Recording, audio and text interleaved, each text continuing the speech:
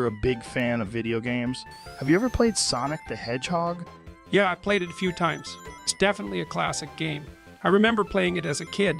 Yeah, it's definitely a classic. But have you ever thought about the deeper meaning behind the game? Do you think there's something more to it than just a game about a hedgehog running around collecting rings?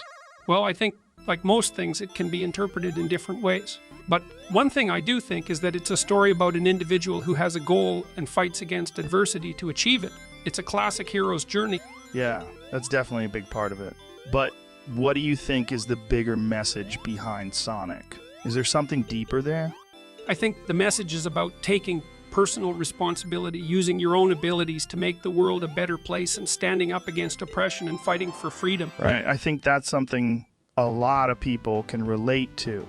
You think there's any symbolism behind the fact that Sonic is a hedgehog? I mean, hedgehogs are known for being prickly and difficult to approach, but also fiercely protective of their young.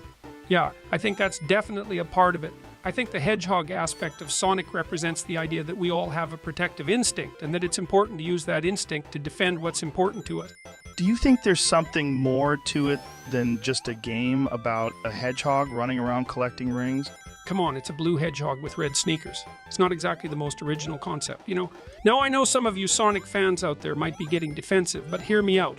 I'm not saying that Sonic is a terrible game. I'm just saying that it's not for me.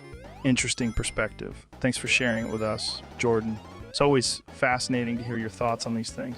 No problem, Joe. It's always a pleasure to be on your show.